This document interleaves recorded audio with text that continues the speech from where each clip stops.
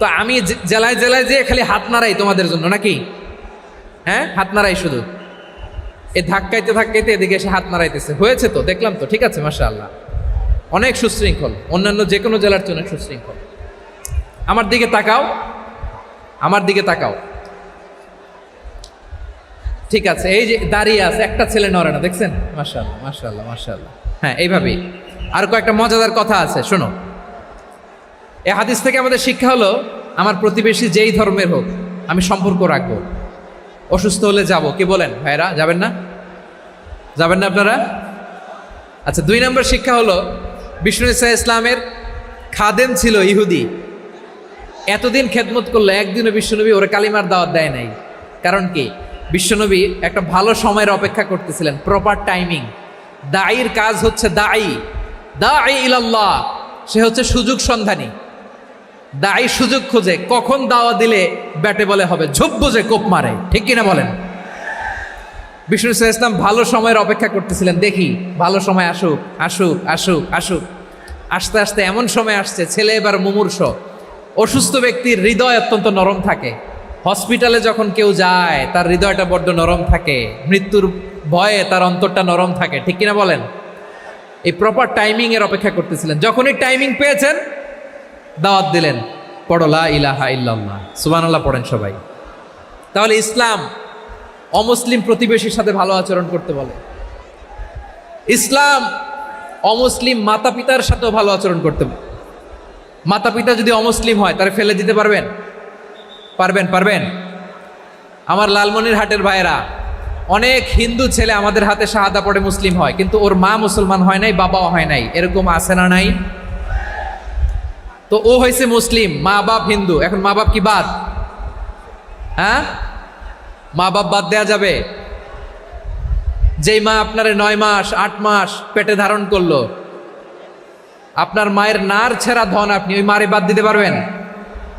যেই মায়ের বুকের তাজা দুধ খেয়ে আপনি আজকে বাড়ন্ত তাজা তরতাজা, ওই মারে বাদ দেয়া যাবে? মায়ের এক ধারে দুধের দাম, কাটিয়া গায়ের চাম, পাপুষ বানাইলেও ঋণের শোধ হবে না। এমন দরদি ভাবে কেউ হবে না আমার মাহাগো। মায়ের এক ধারে দুধের দাম, কাটিয়া গায়ের চাম, পাপুষ বানাইলেও ঋণের শোধ হবে না।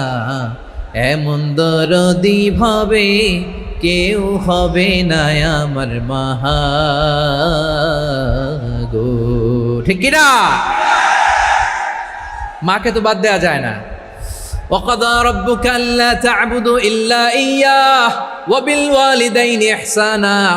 আল্লাহ বলে, অবধারিত 2টা ভার্ডিক্ট তোমাদের জন্য, এক আল্লাহর ইবাদত করবা আর মা বাবার প্রতি ইহসান করবা। আদেশটা কার? মা বাবার প্রতি ইহসান করতে হবে। আমার মা হিন্দু হোক, ভালো আচরণ করতে হবে। বৌদ্ধ হোক, ভালো আচরণ করতে হবে। আমার যে সমস্ত হিন্দু ভাইয়েরা মুসলিম হয়েছ, তোমাদের মা বাবা এখনো মুসলমান হয় নাই, তাদের সাথে ভালো আচরণ করতে হবে। আপনাদের খেদমত নিজে করতে হবে, অথবা খেদমতের ব্যবস্থা করাই দিতে হবে। মান্থলি যে খরচ লাগে এটা দিতে হবে। আরে তুমি এখন মুসলিম, তোমার মা বাবা হিন্দু, এখনই তো সুযোগ ইসলামের সৌন্দর্য দেখানো। এখন মা বাবা যদি দেখে, আরে এটা হিন্দু থাকতে তো বদমাইশ ছিল, বেয়াদব ছিল, কি এমন ধর্ম সে গ্রহণ করলো যেটা গ্রহণের সাথে সাথে সে পাল্টে গেল? কি এমন ধর্ম সে গ্রহণ করেছে যেটা তার জীবনকে আলোকিত করে দিয়েছে?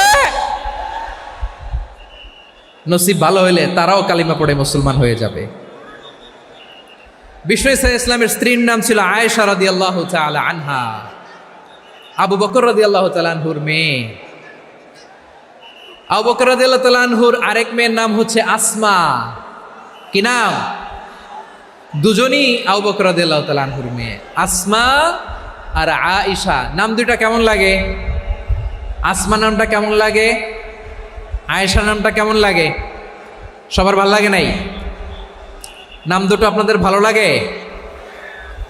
লালমনিরহাটে অনাগত যদি কন্যা সন্তান হয়, যদি মনে চায় আসমা রেখে দিতে পারবেন, যদি মনে চায় আয়েশা রেখে দিয়েন।